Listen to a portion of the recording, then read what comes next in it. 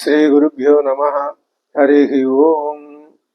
ఇందీవరదళశ్యామం ఇందిరానందకందళం వందారు జనమందారం వందేహం యదునందనం.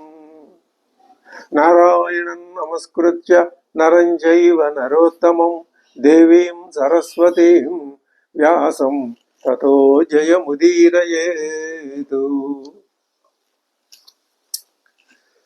పరీక్షిత్తు మహారాజుకి ఇప్పుడు గొప్ప ఆపద సంభవించింది అని మనం తెలుసుకున్నాం. దీనికి ముందు మనం కొన్ని ఆయన పరిపాలనా విషయాలు ఎలా ఉన్నాయో అవి కూడా కొద్దిగా తెలుసుకుంటే ఆయన యొక్క ఆ చరిత్ర సంపూర్ణంగా తెలిసినట్లు అవుతుంది. దానివల్ల మనం కొన్ని విషయాల్ని గ్రహించటానికి కూడా వీలవుతుంది. తన పరిపాలనా కాలంలో ఆయన చాలా ధర్మబద్ధంగా వ్యవహరించాడు. 3 అశ్వమేధ యాగాలు చేశాడు. ఆయన ఎంత దీక్షగా యాగం చేశాడు అంటే ఆయన ఆ యాగంలో సమర్పించే హవిస్సుల్ని స్వీకరించడానికి ఆయా మంత్రాది దేవతలే స్వయంగా వచ్చేవాళ్ళు అని, ఆ వచ్చిన వాళ్ళందరికీ అందరూ కూడా ఆయనకి దర్శనం ఇచ్చేవాళ్ళని చెప్పారు. దీన్ని బట్టి ఆయన ఎంతటి స్వచ్ఛమైన పవిత్రమైనటువంటి హృదయం గలవాడు మనకి తెలుస్తుంది. అటువంటి పరీక్షతో ఒకసారి దిగ్విజయ యాత్ర చేయాలి అని అనిపించి, అంటే తన యొక్క రాజ్యాన్ని సుస్థిరం చేసుకోవాలి కదా. ఎందుకు తన రాజ్యాన్ని సుస్థిరం చేసుకోవటం? తాను రాజుగా ఉండి రాజ్య సంపదల్ని అనుభవించి ఆ ఉద్దేశంతో కాదు, అనుభవించాలనే ఉద్దేశంతో కాదు, తన రాజ్యంలో ప్రజలంతా ధర్మబద్ధంగా జీవించాలి అని ఆయన యొక్క ముఖ్యమైన, ఆ విధంగా ధర్మ ప్రవర్తకమైనటువంటి శాసనాన్ని ప్రజలకు అందించాలి అనేది ఆయన యొక్క ముఖ్య ఉద్దేశం. అందుకని దాన్ని వ్యతిరేకించే వాళ్ళు ఎవరైనా కనుక ఉన్నట్లయితే వాళ్ళని ఆ ప్రయత్నం నుంచి విరమింపజేసి అవసరమైతే వాళ్ళతో యుద్ధం చేసి వాళ్ళని ఓడించి మొత్తం మీద రాజ్యం అంతా, అఖండ భూమండలం అంతా తన అధీనంలో ఉంచుకుని ధర్మాన్ని సత్యాన్ని ప్రవర్తింపజేయాలి అని పరీక్షిత్ యొక్క ఉద్దేశం. ఆయన ఆ విధంగా దిగ్విజయ యాత్ర ప్రారంభించాడు. ఆయన అలా వెళుతూ వెళుతూ సరస్వతి నది ఒడ్డుకి చేరాడు. అక్కడ ఒక దృశ్యం, ఆయన హృదయ విదారకమైన దృశ్యం ఆయన కంటపడింది. అది ఏమిటి అంటే, అక్కడ ధర్మదేవుడు ఒక వృషభం రూపంలో ఒంటి కాలితో నడుస్తూ సంచరిస్తూ కనిపించాడు. అక్కడే ఆ భూదేవి గోరూపాన్ని, అది ఆవు రూపాన్ని ధరించి ఆవిడ కనపడింది. ముఖం కళదప్పి ఉంది. ఆ ఆవు ముఖంలో జీవకళ లేదు, దైన్యంగా ఉంది ఆ ధేనువు యొక్క ముఖం. అప్పుడు ఆయన ఆ ధర్ముడు వృషభము గోవు మధ్యలో ఓ చిన్న సంభాషణ జరిగింది. అది విన్నాడు పరీక్షిత్తు. ఆ ధర్ముడు అంటున్నాడు, భూమిని అడుగుతున్నాడు, ఏమని, అమ్మా నువ్వెందుకు విచారంగా ఉన్నావు? 3 కాళ్ళు పోగొట్టుకుని ఒంటి కాలుతో కుంటుతున్న నన్ను చూసి దుఃఖిస్తున్నావా?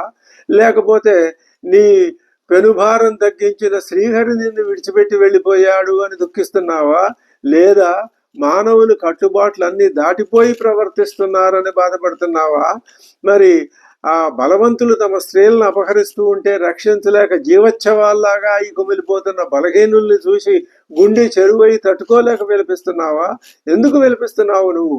నీ దుఃఖానికి ఏమిటి కారణం చెప్పు అని ధర్ముడు భూదేవిని అడిగాడు. అప్పుడు ఆ భూదేవి సమాధానం చెప్పింది, ఓ ధర్మదేవత, శ్రీహరి ఈ లోకాన్ని విడిచిపెట్టి వెళ్ళిపోయాడు. శ్రీకృష్ణ పరమాత్మ అవతారాన్ని ఉపసంహరించుకున్నాడు. ఇంతవరకు కూడా ఆ శ్రీకృష్ణ పరమాత్మ రక్షణలో ఉన్న నేను ఇప్పుడు కలిబారిన పడబోతున్నాను. కృష్ణుడు లేని కాలం కలికాలం. నువ్వు అదే స్థితిలో ఉన్నావు. అందుకనే 3 కాళ్ళు నువ్వు కుంటుపోయి ఒక కాలు మీదే నెమ్మదిగా కుంటుకుంటూ నడుస్తున్నావు. కృష్ణుడు ఉన్నప్పుడు నువ్వు బలంగా 4 కాళ్ళ మీద నడిచావు. ఇప్పుడు ఈ స్థితికి వచ్చావు.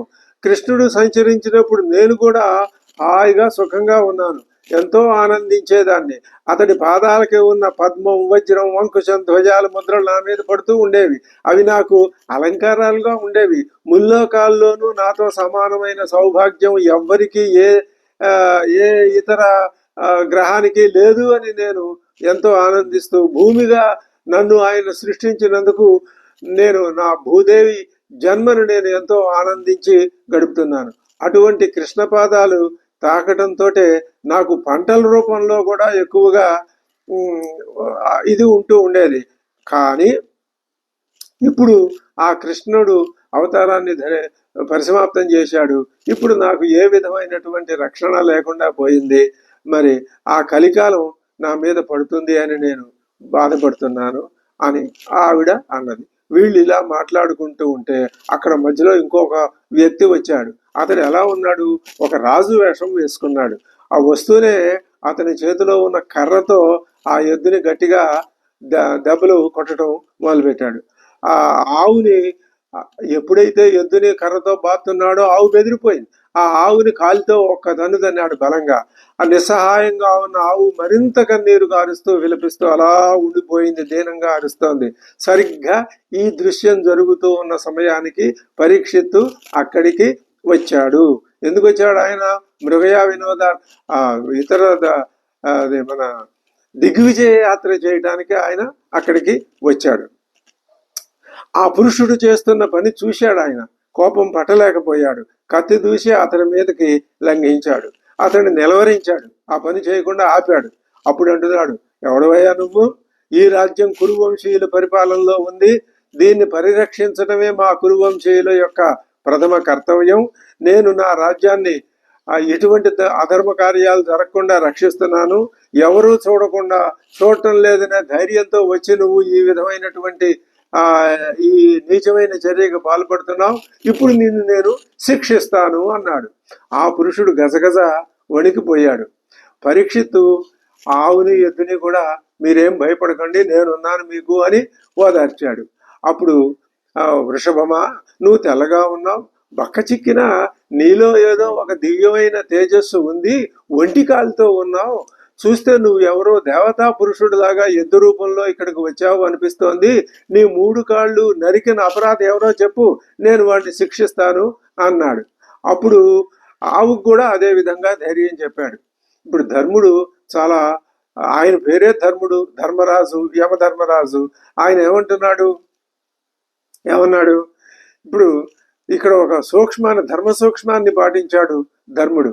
ఏమిటా ధర్మ సూక్ష్మం అంటే, చెడు జరిగిందని చెప్పడం, దాన్ని ప్రచారం చేయటం కూడా చెడు చేయటంతో సమానం అని ఆయన భావించి ఆయన ఏం చెప్తున్నాడు? నాకు ఇంత ఆపద ఎవరి వల్ల కలిగిందని నేను చెప్పగలను.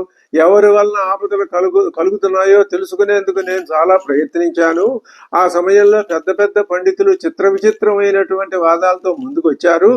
ఆ వాదనలు విని మేము ఏమీ గుర్తించలేని స్థితిలో పడ్డాం. పండితుల వాదనలు వినడం వలన మాకు ఈ అధర్మం చేసేది ఎవరో, మమ్మల్ని ఈ స్థితికి తీసుకొచ్చింది ఎవరో కూడా మేము తెలుసుకోలేకపోయాం. మరి నువ్వు విద్వాంసుడివి కదా, కాబట్టి నువ్వు నీ బుద్ధి కౌశల్యాన్ని ఉపయోగించి ఈ విషయం తెలుసుకో. ఈ పండితుల వాదాలను నువ్వు పరిశీలించు. తర్వాత మాకు హాని చేసిన వారెవరో నువ్వే తెలుసుకో, దాని ప్రకారం ఏం చేయాలో నువ్వు చెయ్యి అన్నాడు. ఆ సమాధానం చాలా వింతగా అనిపించింది పరీక్షిత్తుకి. ఆయన ఏం చేశాడు? వెంటనే ఒక కొంచెం సేపు ధ్యానంలో నిమగ్నమయ్యి అలా ఆలోచించేసరికి అప్పటికి వెంటనే ఆయనకు తెలిసిపోయింది ఆ వృషభం ఎవరు, ఆ గోవు ఎవరు. అప్పుడు వెంటనే చేతులు జోడించి పరీక్షిత్తు ఆ వృషభంతో అంటాడు, మహాత్మా, నువ్వు వృషభ రూపంలో ఉన్న ధర్ముడివి.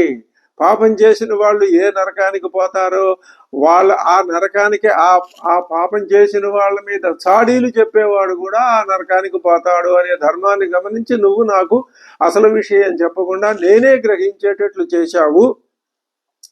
మరి కాబట్టి ఈ భూమాత కూడా ఈ గోమాత కూడా ఎవరో నాకు తెలిసిపోయింది. ఈవిడ భూదేవి. ఇక నుంచి రాజులు క్రూరులైపోతారు అని ఆవిడ చాలా బాధపడుతున్నది, విచారిస్తున్నది. దానికి సాక్ష్యం ఈ రాజు వేషంలో వచ్చినటువంటి ఇతడు కలిపురుషుడు. రాజు వేషంలో ఉన్న ఇతడు కలిపురుషుడు. ఇతన్ని నేను శిక్షిస్తాను అన్నాడు.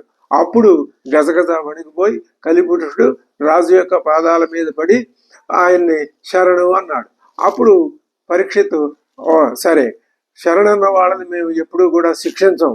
మరి నువ్వు నా రాజ్యాన్ని విడిచిపెట్టి వెళ్ళిపో, ఇలాంటి అధర్మాలు నా రాజ్యంలో జరగడానికి వీలు లేదు అన్నాడు. కలికి తెలుసు, కలికి కూడా అక్కడ అధికారం ఉంది. ఎందుకని? పరమాత్మ నిష్క్రమించిన తరువాత కలిదే రాజ్యం. ఈ పరీక్షిత్తు ఆపాలని ప్రయత్నం చేసినా అది కొంతకాలం వరకే, విధి విధానం అలా ఉంది. కాబట్టి ఆ నేను ఉంటాను, నేను ఎక్కడెక్కడ ఉండాలో నువ్వు చెప్పు అని అడిగితే ఆయన ఏం చెప్పాడు? 4 చోట్ల చెప్పాడు. జ్యోతిపశాలల్లో, పానశాలల్లో, స్త్రీలు స్వేచ్ఛగా సంచరించే ప్రదేశాల్లో, హింసలు జరిగే ప్రదేశాల్లో నువ్వు ఉండు, మిగతా ప్రదేశాల్లోకి నువ్వు ఎప్పుడూ రావద్దు అని ఆయన శాసించాడు. దాని ప్రకారమే ఆయన సరేనని అంగీకరించాడు. ఈ విధంగా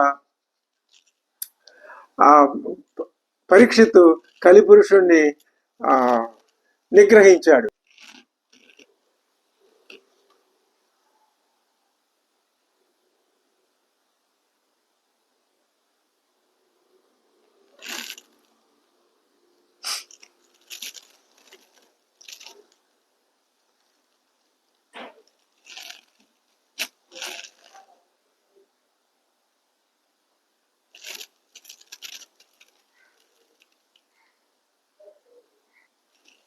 ఇంతవరకు చెప్పి ఆ సూత మహర్షి శౌనకాదులతో అంటున్నాడు, ఓ మహర్షులారా, మీరు ఈ సత్రయాగాన్ని ప్రారంభించారే, ఇది ఆ పరీక్షిత్ కాలంలో ప్రారంభించబడినటువంటి యాగమే. ఇది అనేక సంవత్సరాలుగా మీరు యాగాలు హోమాలు చేస్తూ, అప్పుడు వాళ్ళు అన్నారు, అయ్యా మేము చాలా కాలం నుంచి యాగాలు హోమాలు చేస్తున్నాము, దీనివల్ల ఏమైంది అంటే నిత్యము హోమశాలల్లో హోమాల దగ్గర కూర్చోవటం వల్ల మా శరీరాలు వివరణమైనవి, మా మనస్సుల్లో కూడా కర్మల మీదనే లగ్నం చేశాను తప్ప ఫలితం మీద మా మనస్సు జడమైపోయింది.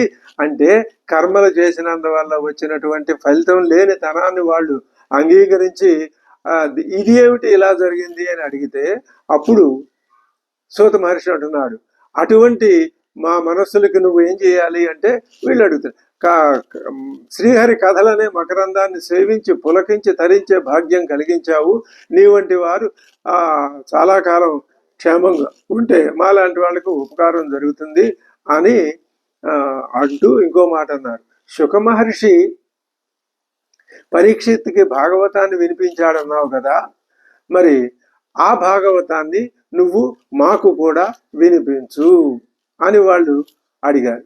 అప్పుడు భాగవతాన్ని చెప్తానని చెప్పి వినిపించి మొట్టమొదటగా పరీక్షిత్తుకు వచ్చినటువంటి శాపాన్ని గురించి వివరించాడు. ఆ శాపవశాత్తు ఇప్పుడు పరీక్షిత్తు గంగా నది తీరంలో ప్రాయోపవేశానికి కూర్చున్నాడు. ఆ విషయాన్ని మనం తర్వాత ఆ భాగంలో తెలుసుకుందాం. అంతవరకు స్వస్తి.